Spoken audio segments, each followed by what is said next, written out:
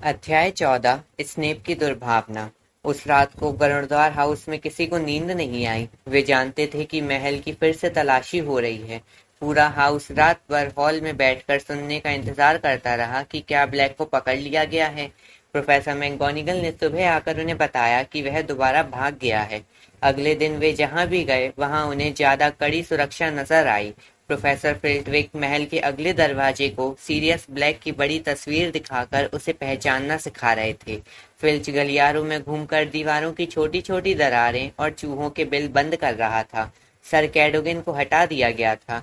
उसकी तस्वीर एक बार फिर 7वीं मंजिल के वीरान जगह पर पहुंच गई थी। मोटी औरत एक बार फिर लौट आई थी। हालांकि उसका हुलिया तो बिल्कुल ठीक हो चुका था, लेकिन वह अब भी बहुत घबराई हुई थी। वह इसी शर्त पर फिर से हाउस की रखवाली करने को तैयार हुई कि उसे अतिरिक्त सुरक्षा दी जाएगी। उसकी रक्षा के लिए 2 बुरे दिखने वाले दैत्यों को पहरेदार बनाया गया था। वे गलियारे में डरावने अंदाज में घूमते रहते थे, हुंकारों में बात करते रहते थे और अपने अपने मुदगरों की तुलना करते रहते थे। हैरी यह देखे बिना नहीं रह सका कि तीसरी मंजिल पर एक आंख वाली चुड़ैल की मूर्ति पर अब भी कोई पहरा नहीं था। ऐसा लग रहा था कि फ्रेड और जॉर्ज का यह अनुमान सही था कि सिर्फ वे ही, और अब हैरी, रॉन और हरमाइनी भी उसके भीतर छिपे खुफिया रास्ते के बारे में जानते थे। हैरी ने रॉन से पूछा, तुम्हें क्या लगता है, हमें इसके बारे में किसी को बता देना चाहिए? यह बात तो तय है कि वह हनी ड्यूस के रास्ते से नहीं आ रहा है, रॉन ने मना करते हुए कहा। अगर दुकान का ताला टूटा होता तो हमें अब तक खबर लग जाती। हैरी खुश था कि रॉन इस दिशा में सोच रहा था। अगर एक आंख वाली चुड़ैल का रास्ता बंद हो जाता तो वह दोबारा कभी हॉग्समीड नहीं जा पाता। रॉन तत्काल मशहूर हो गया। जिंदगी में पहली बार लोग हैरी की बजाय उसकी तरफ ज्यादा ध्यान दे रहे थे और यह स्पष्ट था कि रॉन को भी इसमें मजा आ रहा था। हालांकि रात की घटना की वजह से वह अब भी बुरी तरह से हिला हुआ था, लेकिन वह उसके बारे में सबको खुशी खुशी बताता था और पूरे विस्तार से बताता था। मैं सोया हुआ था, तभी मेरे कानों में आवाज आई जैसे कोई चीज फट रही हो। मुझे लगा कि शायद मैं कोई सपना देख रहा हूँ, लेकिन फिर मुझे ठंडी हवा का झोंका महसूस हुआ। मैं जाग गया। मेरे बिस्तर के पर्दे का एक हिस्सा नीचे गिरा हुआ था। मैंने करवट बदली और तब जाकर मैंने देखा कि वह मेरे बिल्कुल पास खड़ा था, किसी कंकाल की तरह। उसके बाल बहुत गंदे और बड़े थे। उसके हाथ में बहुत लंबा चाकू था, 12 इंच का होगा। फिर उसने मेरी तरफ देखा, मैंने उसकी तरफ देखा, फिर मैं चीखा और वह भाग गया। वह भाग क्यों गया? रॉन ने हैरी से पूछा जब उनकी खौफनाक कहानी सुन रही सेकंड ईयर की लड़कियां वहां से चली गई। वह भाग क्यों गया? हैरी भी इस बात पर हैरान हो रहा था। अगर ब्लैक गलत बिस्तर पर पहुंच गया था तो फिर वह रॉन को खामोश करके हैरी की तरफ क्यों नहीं बढ़ा? ब्लैक ने 12 साल पहले यह साबित कर दिया था कि वह बेकसूर लोगों की हत्या करने से परहेज नहीं करता है, और इस बार तो उसके सामने 5 निहत्थे लड़के थे, जिनमें से 4 सो रहे थे। वह जानता होगा कि तुम्हारी चीख सुनकर लोग जाग जाएंगे और उसे महल से बाहर निकलने में बहुत मुश्किल होगी, हैरी ने सोचते हुए कहा। तस्वीर के छेद से बाहर निकलने से पहले उसे पूरे हाउस को मारना पड़ता, फिर उसे टीचर्स से भी मुकाबला करना पड़ता। नेविल की हालत बहुत शर्मनाक थी। प्रोफेसर मैगगोनिगल उससे इतनी ज्यादा नाराज थी कि उन्होंने उस पर यह प्रतिबंध लगा दिया था कि वह अब कभी हॉग्समीड नहीं घूमने जा पाएगा। उन्होंने उसे सजा भी दी थी। इसके अलावा उन्होंने सबको हिदायत दे दी थी कि कोई भी नेविल को पासवर्ड नहीं बताएगा। बेचारे नेविल को हर रात को हॉल के बाहर इंतजार करना पड़ता था ताकि कोई उसे अपने साथ हॉल के भीतर ले जाए। जब पहरेदारी कर रहे दैत्य उसकी तरफ गुस्से से घूरते थे तो वह दहल जाता था। बहरहाल इसमें से कोई भी सजा उतनी गंभीर नहीं थी जितनी उसकी दादी ने उसे दी थी। ब्लैक की घुसपैठ के 2 दिन बाद उसकी दादी ने नेविल को एक भोंपू भेजा। यह वह सबसे बुरी चीज थी जो हॉगवर्ट्स के किसी भी विद्यार्थी को नाश्ते की मेज पर मिल सकती थी। स्कूल के उल्लू बड़े हॉल में पंख फड़फड़ाते हुए आए। वे हमेशा की तरह डाक लेकर आए थे। एक बड़ा करेल उल्लू अपनी चोंच में लाल लिफाफा दबाकर नेविल के सामने पहुंचा। नेविल के मुंह से आह निकल गई। हैरी और रॉन नेविल के सामने ही बैठे थे। उन्होंने झट से पहचान लिया कि यह भोंपू था। रॉन को पिछले साल उसकी मम्मी ने भी एक भोंपू भेजा था। दौड़ लगाओ नेविल, रॉन ने सलाह दी। नेविल ने तत्काल यही किया। उसने लिफाफा उठाया और उसे बम की तरह पकड़ते हुए हॉल से बाहर भागा। यह देखकर नागशक्ति की टेबल पर ठहाके गूंजने लगे। प्रवेश हॉल में भोंपू में विस्फोट हो गया और नेविल की दादी की आवाज गूंजने लगी। जादू की वजह से उनकी आवाज सामान्य से 100 गुना तेज हो गई थी। वे चिल्ला चिल्ला कर नेविल को फटकार रही थी कि उसकी वजह से पूरे परिवार का सिर शर्म से झुक गया है। हैरी नेविल के लिए इतना दुखी हो रहा था कि वह यह नहीं देख पाया कि उसके लिए भी एक चिट्ठी आई थी। हेडविग ने उसकी कलाई पर अपनी चोंच मारकर उसका ध्यान खींचा। आउच! ओह, धन्यवाद हेडविग। जब हेडविग नेविल के कॉर्नफ्लेक्स वाली प्लेट में से खाने लगी तो हैरी ने अपना लिफाफा खोला। अंदर चिट्ठी में लिखा था, प्रिय हैरी और रॉन, आज शाम को लगभग 6 बजे हमारे साथ चाय पीने के बारे में क्या विचार है? हम आकर तुम्हें महल में से ले जाएंगे। प्रवेश हॉल में हमारा इंतजार करना। तुम्हें अकेले बाहर जाने की इजाजत नहीं है। हैग्रिड। शायद वह ब्लैक के बारे में पूरी कहानी सुनना चाहता होगा, रॉन बोला। उस शाम 6 बजे हैरी और रॉन गरुड़द्वार टावर से बाहर आए। वे पहरेदारी कर रहे दैत्यों के पास से दौड़ते हुए निकले और प्रवेश हॉल की तरफ बढ़े। हैग्रिड पहले से ही उनका इंतजार कर रहा था। अच्छा हैग्रिड, रॉन बोला, मुझे लगता है तुम शनिवार की रात वाली घटना के बारे में सुनना चाहते होगे, है ना? हमने उसके बारे में पहले ही सब कुछ सुन लिया है। हैग्रिड ने महल का सामने वाला दरवाजा खोलकर उन्हें बाहर निकालते हुए कहा।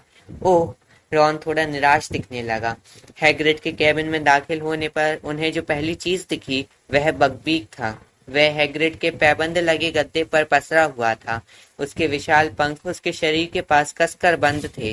वह किसी मरे हुए जानवर को खाने में जुटा था। इस अप्रिय दृश्य से अपनी आंखें हटाते हुए हैरी ने वार्डरोब के दरवाजे पर लटकी चीजें देखी।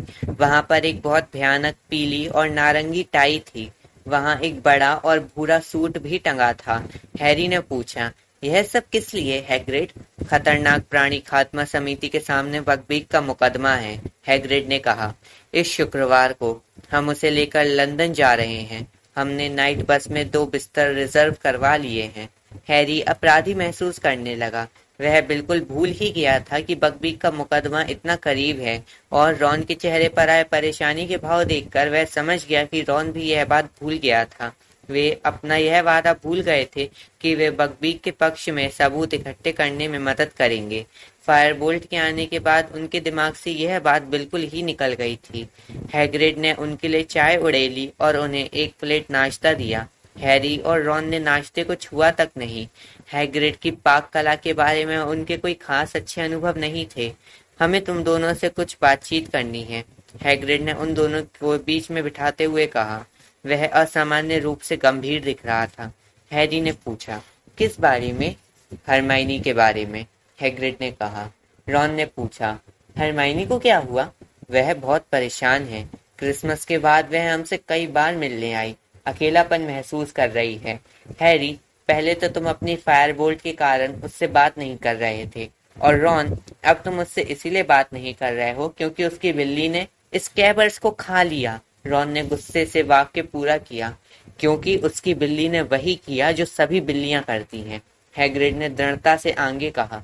तुम शायद यह बात नहीं जानते हो, लेकिन वह इस बारे में कई बार रो चुकी है। इस समय उसे पढ़ाई में भी बहुत मुश्किल आ रही है। हमारे हिसाब से उसने अपने मुंह में इतना बड़ा निवाला भर लिया है कि अब उससे चबाते नहीं बन रहा है। उस पर पढ़ाई का भारी बोझ है, लेकिन इसके बावजूद उसने बकबीक के मुकदमे में हमारी मदद करने का समय निकाल लिया। उसने सचमुच बहुत अच्छे सबूत खोजकर हमें दिए हैं। हमें लगता है कि अब उसके बचने की काफी संभावना है। हैग्रिड, हमें माफ कर दो, हमें भी मदद करनी चाहिए थी, हैरी ने अजीब तरीके से कहा। हम तुम्हें दोष नहीं दे रहे हैं, हैग्रिड ने हैरी की माफी को एक तरफ करते हुए कहा। ईश्वर जानता है कि तुम कितनी मेहनत कर रहे हो। हमने तुम्हें दिन रात क्विडिच की प्रैक्टिस करते देखा है, लेकिन हम तुम्हें बता दें, तुम दोनों को झाड़ुओं और चूहों के बजाय अपनी मित्र को ज्यादा महत्व देना चाहिए। हमें बस इतना ही कहना है। हैरी और रॉन ने एक दूसरे को परेशानी से देखा। रॉन, जब ब्लैक ने तुम्हें चाकू से लगभग मार ही दिया था, तब वह सचमुच बहुत दुखी थी। हरमाइनी बहुत भली लड़की है, इसके बावजूद तुम दोनों उससे बात नहीं कर रहे हो। अगर वह उस बिल्ली से पीछा छुड़ा ले तो मैं उससे दोबारा बात करने लगूंगा, रॉन ने गुस्से से कहा। लेकिन वह तो उसे गोद में लिए घूमती है, वह बिल्ली पागल है, लेकिन हरमाइनी उसके खिलाफ एक शब्द भी नहीं सुनना चाहती है। देखो, लोग बाग अपने पालतू जानवरों के बारे में कई बार थोड़े सनकी होते हैं, हैग्रिड ने समझदारी से कहा। उसके पीछे बकबीक ने मुर्दा जानवर की कुछ हड्डियां हैग्रिड के तकिए पर गिरा दी।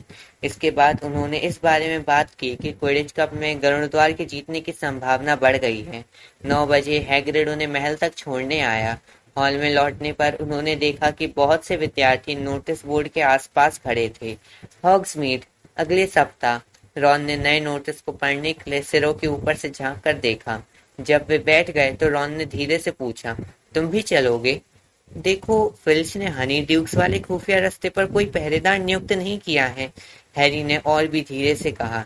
हैरी, उसके दाएं कान में एक आवाज आई। हैरी चौंक गया और उसने पलट कर देखा। हरमाइनी उनके ठीक पीछे वाली टेबल पर बैठी थी और बीच में बनी पुस्तकों की दीवार के कारण उन्हें दिखाई नहीं दी थी। हरमाइनी बोली, हैरी, अगर तुम दोबारा हॉग्समीड गए तो मैं प्रोफेसर मैकगोनागल को नक्शे के बारे में बता दूंगी। देखा हैरी, वह क्या बोल रही है? रॉन हरमाइनी की तरफ देखे बिना ही गुर्राया। रॉन, तुम उसे अपने साथ कैसे ले जा सकते हो? सीरियस ब्लैक ने तुम्हारे साथ जो किया उसके बाद भी? मैं बिल्कुल सच कह रही हूँ, मैं सचमुच बता दूंगी। तो अब तुम हैरी को स्कूल से निकलवाना चाहती हो? रॉन ने गुस्से से कहा। क्या तुम इस साल हमें पहले ही काफी नुकसान नहीं पहुंचा चुकी हो? हरमाइनी ने जवाब देने के लिए अपना मुंह खोला, लेकिन तभी क्रुकशैक्स हल्की सी आवाज निकालते हुए उछलकर उसकी गोद में आ बैठी। हरमाइनी ने डरते डरते रॉन के चेहरे की तरफ देखा और क्रुकशैक्स को उठाकर तेजी से लड़कियों के कमरे की तरफ चल दी।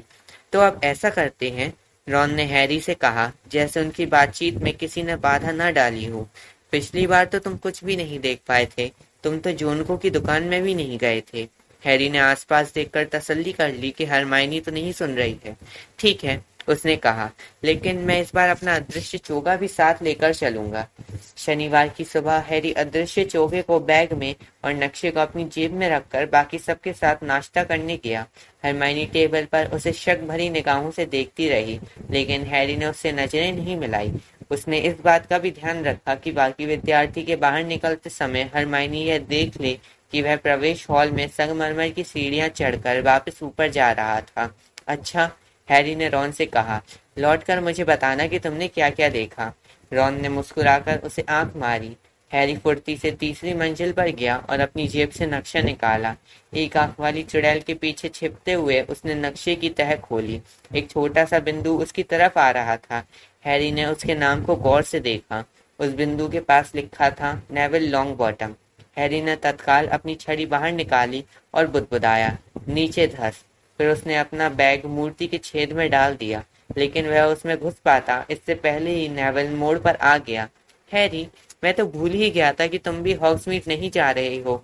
हाय नेविल, हैरी ने तत्काल मूर्ति से दूर हटते हुए और नक्शे को अपनी जेब में रखते हुए कहा। तुम क्या करने जा रहे हो? कुछ नहीं, नेविल ने कंधे उचकाए। एक्सप्लोडिंग स्नेप खेलें? अभी नहीं, मैं लाइब्रेरी जा रहा हूँ।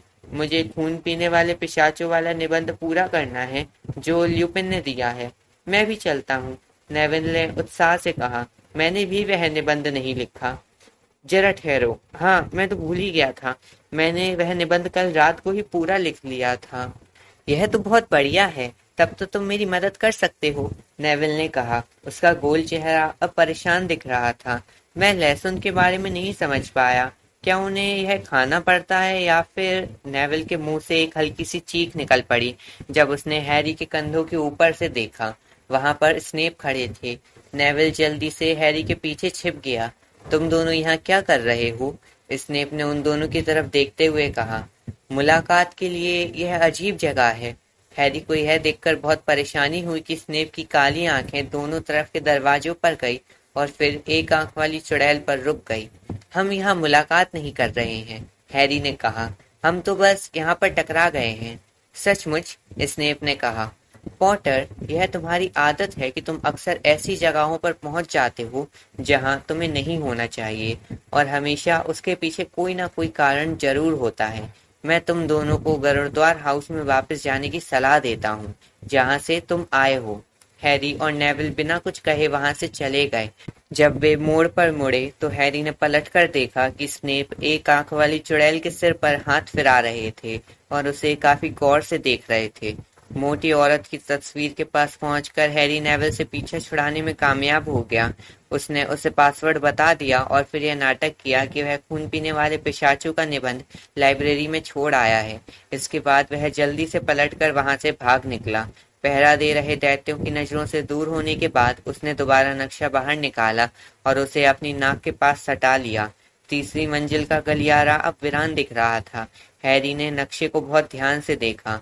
उसे यह देखकर बहुत राहत मिली कि सिविलियस स्नेप का छोटा बिंदु अब अपने ऑफिस में था। वह भागकर एक आंख वाली चुड़ैल के सामने पहुंचा। उसने उसका कुबड़ा खोला और अंदर घुसकर नीचे फिसलने लगा। कुछ समय बाद वह भी अपने बैग के पास खुफिया गलियारे में पहुंच गया। उसने एक बार फिर नक्शे पर लिखे शब्द मिटाए और भागने लगा। अदृश्य चोगे में पूरी तरह छिपा हुआ हैरी हनी ड्यूक्स के बाहर की सूरज की रोशनी में निकला और उसने रॉन की पीठ पर हाथ रख दिया। उसने बुदबुदाकर कहा, मैं हूँ। रॉन ने दबे होंठों से पूछा, तुम्हें इतनी देर कैसे हो गई? स्नेप वहां पर घूम रहे थे। वे लोग हाई स्ट्रीट की तरफ चल दिए। तुम कहाँ हो? रॉन अपने मुंह के कोने से बुदबुदाया। क्या तुम साथ में चल रहे हो? तुम जब अदृश्य होते हो तो बहुत अजीब लगते हो। वे लोग पोस्ट ऑफिस तक गए। वहां पर रॉन ने नाटक किया कि वह मिस्र में बिल के पास चिट्ठी भेजने के लिए उल्लुओं की कीमत देख रहा है। वह चाहता था कि हैरी वहां का माहौल अच्छी तरह से देख ले। वहां कम से कम 300 उल्लू बैठे होंगे जो उसकी तरफ देख रहे थे और शोर मचा रहे थे। वहां पर भारी भरकम उल्लू तो थे ही, छोटे छोटे उल्लू भी थे जो सिर्फ हनी ड्यूक्स में ही स्थानीय डाक पहुंचाते थे। ये उल्लू इतने छोटे थे कि हैरी की मुट्ठी में समा सकते थे। फिर वे जोनको की दुकान में गए। वहां पर हॉगवर्ट्स के इतने सारे विद्यार्थी थे कि हैरी को बहुत फूक फूक कर कदम रखना पड़ा। वह नहीं चाहता था कि उसका पैर किसी पर पड़ जाए और वह विद्यार्थी दहशत के मारे चीखने लगे। वहां पर इतनी मजेदार चीजें थी कि फ्रेड और जॉर्ज को भी मजा आ जाता। हैरी ने फुसफुसाते हुए रॉन को चीजें खरीदने के लिए कहा और अपने चोगे के नीचे से उसे कुछ गैलियंस भी दे दिए। जब वे जोनको की दुकान के बाहर निकले तो उनका पर्स काफी खाली हो चुका था। बहरहाल उनकी जेबें फूल चुकी थी क्योंकि उनमें गोबर बम, हिचकी मिठाइयाँ, मेंढक के अंडों का साबुन और नाक काटने वाली चाय के कप रखे थे। दिन सुहाना और हवादार था। दोनों को लगा कि ऐसे माहौल में खुली हवा में घूमना चाहिए। इसलिए वे 3 ब्रूम स्टिक्स की आगे वाली चढ़ाई चढ़कर चीखती हवेली को देखने गए, जिसे ब्रिटेन की सबसे भुतहा इमारत माना जाता है। यह बाकी गांव से थोड़ी दूर थी। बंद खिड़कियां और उजाड़ बगीचे के कारण चीखती हवेली दिन के उजाले में भी काफी डरावनी दिख रही थी। जब वे फैंस से टिककर चीखती हवेली को देखने लगे तो रॉन बोला, हॉगवर्ट्स के भूत तक यहाँ आने से कतराते हैं। मैंने लगभग सिरकटे निक से एक बार पूछा था। वह कहता है कि भूतों का यह मानना है कि यहाँ पर बहुत खराब भूत रहते हैं। कोई भी अंदर नहीं जा सकता। जाहिर है फ्रेड और जॉर्ज ने कोशिश की थी, लेकिन अंदर घुसने के सभी दरवाजे बंद हैं। चढ़ाई चढ़ने के कारण हैरी को गर्मी लगने लगी थी। वह सोच रहा था कि कुछ मिनट के लिए चोगा उतारकर ठंडी हवा खा ले, लेकिन तभी उसे थोड़ी दूर पर कुछ आवाजें सुनाई दी। ऐसा लग रहा था कोई पहाड़ी की दूसरी तरफ से हवेली की ओर आ रहा था। कुछ पल बाद मैलफॉय नजर आया। उसके पीछे क्रैब और गोयल भी थे। मैलफॉय उन्हें कुछ बता रहा था। मेरे डैडी का उल्लू कभी भी आ सकता है। सुनवाई में वे यह बताने गए हैं कि मेरा हाथ कितना बुरी तरह से घायल हुआ था। वे यह भी बताएंगे कि मैं 3 महीने तक उसका इस्तेमाल नहीं कर पाया था। क्रैब और गोयल खीखी करते हुए हंसे। मैं सचमुच चाहता हूँ कि उस बड़े बालों वाले मूर्ख को गरुड़ अश्व का बचाव करते सुनूं। वह किसी का भी नुकसान नहीं कर सकता है, कसम से। समझ लो कि अब गरुड़ अश्व किसी भी हालत में नहीं बच सकता। मैलफॉय को अचानक रॉन दिख गया, जिससे उसके पीले चेहरे पर तुरंत एक दुष्ट मुस्कान आ गई।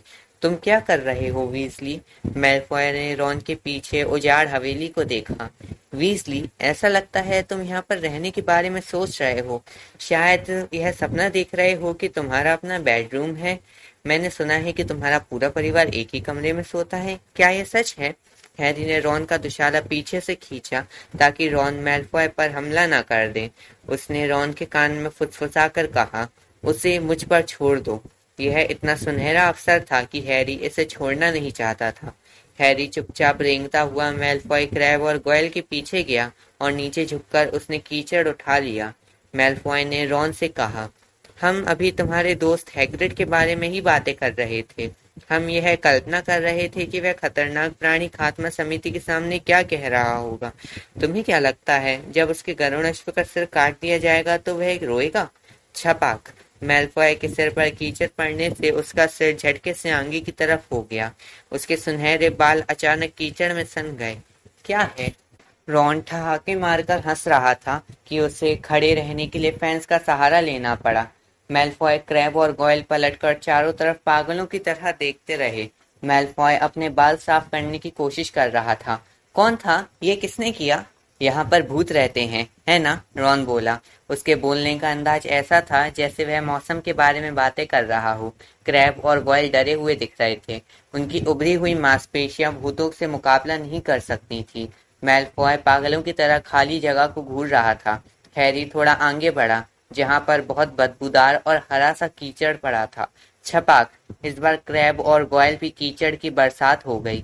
गोयल गुस्से से कूदने लगा और अपनी छोटी छोटी बेजान आंखों को साफ करने की कोशिश करने लगा। कीचड़ उधर से आया था। मैल्फॉय ने अपना चेहरा साफ किया और हैरी से 6 फुट दूर इशारा किया। क्रैब आगे बढ़ा। उसके लंबे हाथ किसी प्रेत की तरह आगे फैले हुए थे। हैरी ने उससे बचते हुए एक छड़ी उठाई और क्रैब की पीठ में दे मारी। छड़ी किसने मारी है यह देखने के लिए जब क्रैब गुलाटियां खाने लगा तो हैरी मन ही मन हंसी के मारे दोहरा हो गया। चूंकि क्रैब को आसपास सिर्फ रॉन ही दिखाई दे रहा था, इसलिए वह रॉन की तरफ बढ़ा, लेकिन हैरी ने बीच में अपना पैर अड़ा दिया। क्रैब लड़खड़ाया और उसका बड़ा पैर हैरी के चोंगे में उलझ गया। हैरी को झटका लगा और चोगा उसके सिर से फिसल गया। एक पल के लिए मैल्फॉय हैरी के हवा में झूलते सिर को घूरता रहा। आह! वह हैरी के सिर की तरफ इशारा करते हुए चीखा। फिर वह पलटकर तेजी से पहाड़ी से नीचे भागने लगा। क्रैब और गोयल भी उसके पीछे दौड़ने लगे। हैरी ने चोगे को दोबारा सही किया, लेकिन तब तक बहुत देर हो चुकी थी। हैरी, रॉन ने हैरी के अदृश्य होने की दिशा में घूरते हुए कहा, भलाई इसी में है कि तुम जल्दी से दौड़ लगा दो। मैल्फॉय किसी को बता पाए इससे पहले ही तुम महल में वापस लौट जाओ। जल्दी। मिलते हैं, हैरी ने कहा और फिर हॉग्समीड जाने वाले रास्ते पर बेतहाशा भागने लगा। मैल्फॉय ने जो देखा था, क्या उसे उस पर विश्वास होगा? क्या मैल्फॉय की बात पर किसी को यकीन होगा? डंबलडोर के अलावा कोई भी अदृश्य चोगे के बारे में नहीं जानता है। अगर मैल्फॉय ने अपना मुंह खोला तो डंबलडोर तो समझ ही जाएंगी क्या हुआ होगा। यह सोचकर हैरी के पेट में खलबली होने लगी।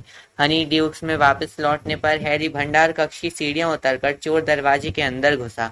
उसने अपना चोगा उतारकर हाथ में पकड़ा और गलियारे में भागने लगा। यह बात तो तय थी कि मैल्फॉय उससे पहले महल में पहुंच जाएगा, पर सब कुछ इस पर निर्भर था कि उसे किसी टीचर को खोजने में कितना समय लगेगा। हैरी बुरी तरह हाँफ रहा था और उसकी पसलियों में दर्द हो रहा था, लेकिन उसने अपनी रफ्तार तब तक धीमी नहीं की जब तक वह एक आंख वाली चुड़ैल वाले दरवाजे के करीब नहीं पहुंच गया। उसने सोचा कि उसे चोगा यहीं छिपा देना चाहिए, क्योंकि अगर मैल्फॉय ने किसी टीचर को खबर कर दी होगी तो उसका भांडा फूट जाएगा।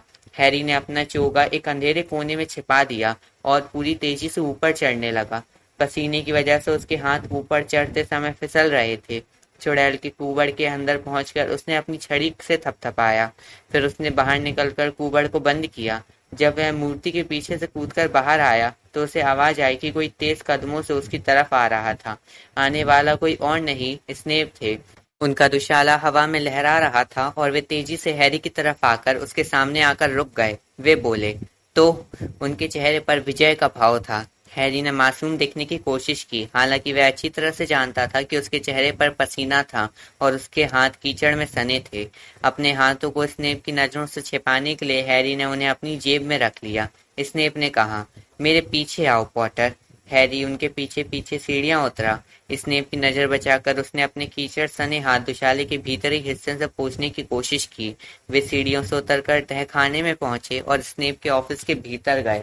हैरी यहाँ पहले सिर्फ एक बार आया था और वह तब भी बहुत मुश्किल में था। उसने देखा कि स्नेप ने पिछली बार से अब तक के बीच कुछ नई भयानक गिलगिली चीजें इकट्ठी कर ली थी जो उनकी डेस्क के पीछे शेल्फों पर रखी थी। आग की रोशनी में चमकते भयानक शेल्फ माहौल को और डरावना बना रहे थे। बैठो, स्नेप ने कहा। हैरी बैठ गया, लेकिन स्नेप खड़े रहे। फिर स्नेप बोले, मैल्फॉय ने मुझे अभी अभी एक अजीब कहानी सुनाई है पॉटर। हैरी ने कोई जवाब नहीं दिया। उसने मुझे बताया कि चीखती हवेली के पास उसे वीजली मिला था, जो अकेला दिख रहा था। अब भी हैरी कुछ नहीं बोला। मैलफॉय का कहना है कि वह वीजली से बातें कर रहा था कि तभी किसी ने उसके सिर पर कीचड़ फेंका। तुम्हें क्या लगता है क्या हुआ होगा? हैरी ने थोड़ा हैरान दिखने की कोशिश की। मुझे क्या मालूम प्रोफेसर। स्नेप की आंखें हैरी की आंखों को भेद रही थी। यह गरुड़श्व को घूरने की तरह ही था। हैरी ने कोशिश की कि उसकी पलकें ना झपके। फिर मैलफॉय ने एक बहुत ही अजीब दृश्य देखा। क्या तुम कल्पना कर सकते हो कि वह क्या हो सकता है पॉटर? नहीं, हैरी ने कहा, जो अब मासूम बनकर उत्सुकता दिखाने की कोशिश कर रहा था। उससे तुम्हारा सिर दिखा पॉटर, जो हवा में तैर रहा था। एक लंबी खामोशी छा गई। शायद उसे मैडम प्रॉम्फ्री के पास जाना चाहिए, हैरी ने कहा। अगर वह इस तरह की चीजें देख रहा है तो तुम्हारा सिर हॉग्समीड में क्या कर रहा था पॉटर? इसने अपने धीमे से कहा। तुम्हारे सिर को हॉग्समीड जाने की इजाजत नहीं है। तुम्हारे शरीर के किसी भी हिस्से को हॉग्समीड जाने की इजाजत नहीं है। मैं जानता हूँ, हैरी बोला। वह पूरी कोशिश कर रहा था कि उसके चेहरे पर अपराध बोध या डर की झलक ना दिखे। ऐसा लगता है कि मैलफॉय को दृष्टि भ्रम हुआ होगा। मैलफॉय को दृष्टि भ्रम नहीं हुआ था, स्नेप गुर्राए। उन्होंने नीचे झुककर उस कुर्सी के दोनों हत्थों पर अपने हाथ रख दिए जिस पर हैरी बैठा था, और अपना चेहरा हैरी के चेहरे के बिल्कुल पास लाकर कहा, अगर तुम्हारा सिर हॉग्समीड में था तो तुम्हारा बाकी शरीर भी वहां था। मैं गरुड़द्वार हाउस में था, हैरी ने कहा, जैसा आपने कहा था। क्या कोई इस बात की गवाही दे सकता है? हैरी कुछ नहीं बोला। स्नेप के पतले चेहरे पर कुटिल मुस्कान आ गई। उन्होंने दोबारा सीधे खड़े होते हुए कहा, जादू मंत्रालय और सभी लोग मशहूर हैरी पॉटर को सीरियस ब्लैक से बचाने की कोशिश कर रहे हैं, लेकिन मशहूर हैरी पॉटर अपनी मनमर्जी का मालिक है। उसकी सुरक्षा के बारे में सामान्य लोग चिंता करते हैं तो करते रहें। मशहूर हैरी पॉटर की तो जहां मर्जी होगी वहां जाएगा और परिणामों की परवाह तक नहीं करेगा। हैरी चुप रहा। स्नेप उसे उकसाना चाहते थे ताकि वह सच्चाई उगल दे, लेकिन उसने संकल्प कर लिया था कि वह सच्चाई नहीं बताएगा। स्नेप के पास कोई सबूत नहीं था अब तक। फिर स्नेप की आंखों में चमक आ गई जब उन्होंने अचानक कहा, पॉटर, तुम बिल्कुल अपने पिता की तरह हो। वे भी बहुत घमंडी थे। क्विडिच के खेल में थोड़ी सी योग्यता होने की वजह से उन्हें लगता था कि वे हम सब लोगों से श्रेष्ठ हैं। वे अपने दोस्तों और चमचों के साथ पूरे स्कूल में घमंड से इतराते फिरते थे। तुम दोनों में बहुत सी बातें एक जैसी हैं। हैरी खुद को रोक पाए इससे पहले ही उसके मुंह से निकल पड़ा, मेरे पिता घमंडी नहीं थे और मैं भी नहीं हूँ। तुम्हारे पिता भी नियमों को ज्यादा महत्व नहीं देते थे। स्नेप आगे बोलते रहे। उनके पतले चेहरे पर नफरत के भाव थे। नियम तुच्छ लोगों के लिए होते थे, क्विडिच कप विजेताओं के लिए नहीं थे। उनका सिर घमंड से इतना फूला हुआ था। चुप रहिए। हैरी अचानक उछलकर खड़ा हो गया। प्रिवेट ड्राइव में गुजरी आखिरी रात के बाद से उसे इतना गुस्सा फिर कभी नहीं आया था। उसे यह परवाह भी नहीं थी कि यह सुनने के बाद स्नेप का चेहरा सख्त हो गया और उनकी काली आंखें खतरनाक तरीके से चमकने लगी। तुमने मुझसे क्या कहा पॉटर? हैरी चीखा। मैंने आपसे कहा कि आप मेरे डैडी के बारे में गलत सलत बातें ना कहें। मैं सच्चाई जानता हूँ। उन्होंने आपकी जान बचाई थी। डंबलडोर ने मुझे सब कुछ बता दिया है। अगर मेरे डैडी आपको नहीं बचाते तो आज आप यहाँ नहीं खड़े होते। स्नेप की भूरी चमड़ी अब फटे दूध के रंग की हो गई। और क्या हेडमास्टर ने तुम्हें यह भी बताया कि तुम्हारे पिता ने किन हालातों में मेरी जान बचाई थी? उन्होंने फुसफुसाकर पूछा। या फिर उन्होंने यह सोचकर पूरी बात नहीं बताई कि इसे सुनने के बाद पॉटर के नाजुक कानों को तकलीफ होगी? हैरी ने अपने होठ काट लिए। वह पूरी बात नहीं जानता था और वह स्नेप के सामने यह मानने को तैयार नहीं था, लेकिन स्नेप ने सच्चाई का अंदाजा लगा लिया। पॉटर, मैं नहीं चाहता कि तुम अपने पिता पर झूठा घमंड करो। उन्होंने अपने चेहरे पर एक भयंकर मुस्कान लाते हुए कहा। क्या तुम उनके किसी गौरवशाली या बहादुरी की कल्पना कर रहे हो? मैं तुम्हें सच्चाई बताता हूँ ताकि तुम किसी मुगालते में ना रहो। तुम्हारे देवता समान पिता और उनके मित्रों ने मेरे साथ एक बहुत ही घटिया मजाक किया था जिसकी वजह से मेरी जान जा सकती थी, लेकिन आखिरी समय पर तुम्हारे पिता डर गए और उन्होंने मुझे बचा लिया। उन्होंने जो किया था उसमें बहादुरी की कोई बात नहीं थी। वे मेरे साथ साथ अपनी भी जान बचा रहे थे। अगर उनका मजाक कामयाब हो जाता तो उन्हें हॉगवर्ट्स से निकाल दिया जाता। अब स्नेप के ऊबड़ खाबड़ पीले दांत बाहर दिखने लगे थे। उन्होंने अचानक थूक उड़ाते हुए कहा, अपनी जेब दिखाओ पॉटर। हैरी जरा भी नहीं हिला। उसके कानों में साए साए की आवाज होने लगी। अपनी जेब दिखाओ, वरना हम सीधे हेडमास्टर के पास चलते हैं। अपनी जेब दिखाओ पॉटर। दहशत से कांपते हुए हैरी ने जोनको की जादुई चीजें और नक्शा बाहर निकाला। स्नेप ने जोनको का थैला उठाया। यह रॉन ने मुझे दिया था। वह जब आखिरी बार हॉग्समीड गया था तो यह सामान लाया था, हैरी ने कहा। वह मन ही मन यह प्रार्थना कर रहा था कि स्नेप रॉन से पूछताछ करे, इससे पहले उसे रॉन को चेतावनी देने का समय मिल जाए। अच्छा, और तुम तभी से इतना सारा सामान अपनी जेब में लेकर घूम रहे हो? कितना प्रेम है। और यह क्या है? स्नेप ने नक्शा उठा लिया। हैरी ने पूरी कोशिश की कि उनके चेहरे पर कोई भाव न आए। उसने कंधे उचकाते हुए कहा, कुछ नहीं, खाली चर्मपत्र है। स्नेप ने हैरी पर नजर जमाए रखी और चर्मपत्र को उलट पुलट कर देखा। निश्चित रूप से तुम्हें इतने पुराने चर्मपत्र की जरूरत नहीं होगी, उन्होंने कहा। क्यों ना मैं इसे फेंक दूं? उन्होंने आग की तरफ इशारा किया। नहीं, हैरी तत्काल बोला। तो अब स्नेप के लंबे नथुने फड़कने लगे थे। क्या यह भी मिस्टर वीजली का ही बेशकीमती उपहार है या फिर कुछ और है? कोई खत जो शायद अदृश्य स्याही से लिखा हुआ है, या फिर शायद इससे दम पिशाचों के पास से गुजरे बिना हॉग्समीड में पहुंचने का तरीका लिखा हो। हैरी ने पलकें झपकाई। स्नेप की आंखों में चमक थी। जरा ठहरो, जरा ठहरो। उन्होंने अपनी छड़ी बाहर निकालकर डेस्क पर नक्शे को खोला। फिर छड़ी से चर्मपत्र को छूते हुए वे बोले, सारे राज खोल दो। कुछ नहीं हुआ। हैरी ने अपने कांपते हाथों को छिपाने के लिए अपनी मुट्ठियां बांध ली। तुम्हारे अंदर जो भी छिपा है सब बता दो, इसने अपने नक्शे को और जोर से ठोकते हुए कहा। नक्शा कोरा का कोरा ही रहा। शांत रहने के लिए हैरी गहरी ठंडी सांसें ले रहा था। इसने अपने नक्शे पर छड़ी मारते हुए कहा, हॉगवर्ट्स के प्रोफेसर सिविरियस स्नेप तुम्हें आदेश देते हैं कि तुम अपने अंदर छिपी जानकारी प्रकट कर दो। ऐसा लगा जैसे कोई अदृश्य हाथ इस पर लिख रहा हो। नक्शे की चिकनी सतह पर शब्द उभरने लगे। मिस्टर मूनी प्रोफेसर स्नेप को शुभकामनाएं देते हैं और उनसे यह विनती करते हैं कि वे अपनी बहुत बड़ी नाक दूसरों के मामले में ना अड़ाएं। स्नेप सन्न रह गए। हैरी भी यह संदेश पढ़कर अवाक रह गया, लेकिन नक्शा यही नहीं रुका। इस वाक्य के नीचे और वाक्य उभर आए। मिस्टर प्रॉन्क्स मिस्टर मूनी की बातों से सहमत हैं और यह जोड़ना चाहते हैं कि प्रोफेसर स्नेप बदसूरत और मूर्ख हैं। अगर स्थिति इतनी गंभीर नहीं होती तो हैरी को यह बहुत मजेदार लगता। इसके बाद भी शब्द उभरते रहे। मिस्टर पैडफुट इस बात पर हैरान है कि तुम जैसा बेवकूफ प्रोफेसर कैसे बन गया। हैरी ने दहशत में अपनी आंखें बंद कर ली। जब उसने आंखें खोली तो नक्शे पर आखिरी शब्द उभर आए। मिस्टर वॉर्मटेल प्रोफेसर स्नेप का अभिवादन करते हैं और यह सलाह देते हैं कि वे अपने गंदे और चिपचिपे बाल धोकर आए। हैरी धमाके का इंतजार करने लगा। तो इसने अपने धीमे से कहा, हमें इसकी जांच करना होगी। आग के पास जाकर उन्होंने अंगीठी पर रखे जार से मुट्ठी भर चमकता हुआ पाउडर उठाया और उसे लपटों में फेंक दिया।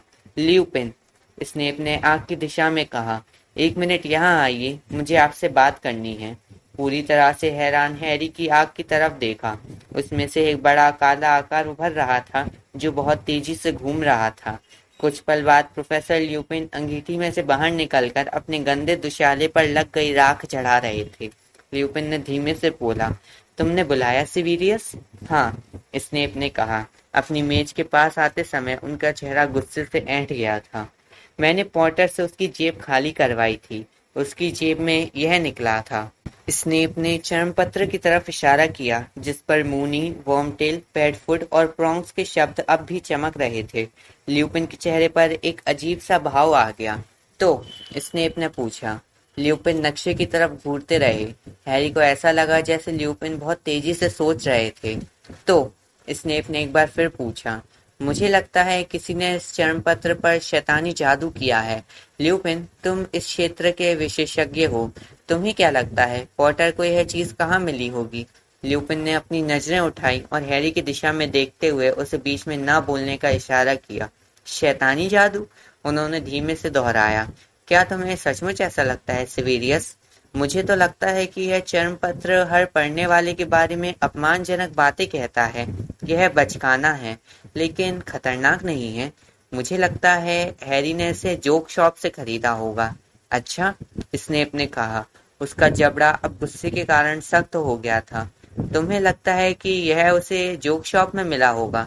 कहीं ऐसा तो नहीं कि यह उसे सीधे निर्माताओं से मिला हो?